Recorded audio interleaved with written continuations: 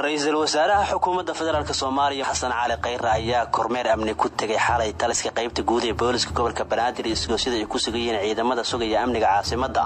sidoo kale ra'iisul wasaaraha ayaa boqday xarunta hagista iyo ka jawaabida nambarka 991 ee booliska dhawaan howlgaliyeen si shacabku ugu soo gudbiyaan xogaha ay helaan.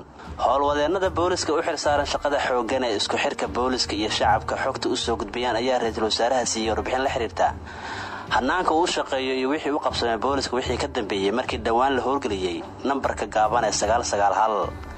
ra'iisul wasaaraha ayaa u sheegay saraakiisha booliska in wada shaqaynta booliska iyo bulshada inteeda kale ay muhiim u yihiin sugidda amniga dalka. nambarka gaaban oo ka mid yahay wadiiqooyinka ugu muhiimsan ee isku xirka waxa uu laamaha amniga kula dardaarmay inay laba jibaaraan dadaalada lagu sugayo amniga. taliyaha ciidanka booliska Soomaaliyeed Bashiir Cabdi Maxamed Ameeriko ayaa ka warbixiyay kormeerka ra'iisul wasaaraha oo ku tagay taliska qaybta guud ee gobolka Banaadir iyo isgoosida ay ku sugan yihiin ciidanka booliska Soomaaliyeed iyo waliba xarunta hagista iyo ka jawaabida nambarka 991 ee booliska dhawaan howlgaliyeen. in waxaan fursad u helnay inuu ra'iisul wasaaruhu noo raaco howlgallada caadiga ah ee sugidda amniga ee ciidanka booliska oo hayo darfaha magaalada. waxaa kale oo fursad noo ahayd inuu ra'iisul wasaaruhu soo arko xarunta aan ugu talagalnay in shacabku ay kala xiriiraan dadweynaha ay kala xiriiraan ciidanka booliska Soomaaliyeed. lambarka 991 oo qof kasta muwaadina uu si bilaash u soo wici karo.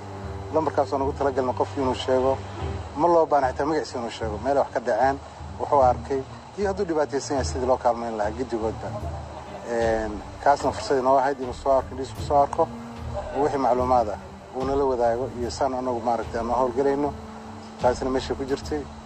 inta kale tan waxay howlgallada caadiga ee lagu ku sugan amniga magaalada Ramadaanka insha Allah idinka Ilaahay shacabkana wax ka codsanayna si hor u la shaqeyn jireen ciidanka inay ciidanka booliska la shaqeeyaan kana faa'iideystaan hadeer lambarkana 991 ay ku soo sheegaan wax kasta oo dareen ah magacaaga lama rabo daarta magacaaga sheegin wixii dareen ay dib u keenay amnigaaga iyo xaafadaada iyo deegaankaaga inaad 991 soo wacdid waad la socodsiisay ciidanka booliska si ay uga howlgalaan iyo wixii kale oo zaa'ida oo indhaha way qabto. kormeerka ra'iisul wasaaraha Soomaaliya Xasan Cali Khayre oo ku tagay taliska qaybta guud iyo isgoosida ay ku sugan yihiin ciidanka booliska iyo xarunta hagista iyo ka jawaabida 991 ayaa ku soo beegmaya xilli lagu guda jiro bisha barakeysan ee Ramadaan. ciidanka booliskana ay aad u xaqiijiyeen amniga Muqdisho.